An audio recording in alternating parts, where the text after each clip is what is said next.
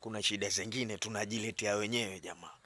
Sasa mtu mzima wewe wa miaka 35 ama miaka 30, kila siku ani geto lako kuanzia mida ya saa 11, saa 9 vitoto vidogo vidogo ambao vimeenda pengine kuangalia kuni, vimeenda baharini, ndio vinaingia pale kwako. Masaa 2 matatu vitoto, yani kila siku kukose vitoto vya kike.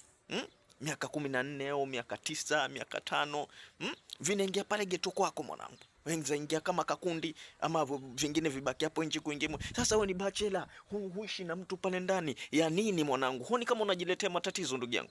Huoni kama unajiletea matatizo? Tukaamua siku moja kumuuliza mwanangu, mbona wewe unafanya hivi? Huoni kama unajiletea matatizo? Hata kama hufanyi chochote ndani, hufanyi chochote na wao, lakini hakuna mtu anaweza kukuamini ikitokea tatizo. Hakuna mtu atakuamini mwanangu.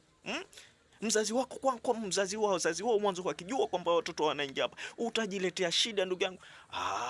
Benkala naenda noni mino babu. Unafikiri unohohono miaka 15 uweza kuzulia ulume wangu uno? Kaweza kuzulia ulume wangu. Tuamsikiza basi ni yeye. Kaweza kuzulia ulume wangu kwa namna nyinyi babu. Mbona unanihandira makosa wewe? Kaweza kabisa kuzulia ulume wangu. Kala naenda kuwapa tu mananyang'ama. Kama weza kuzulia ulume wangu, kala naenda kuwapa tu manang'ama. Mazifundisha.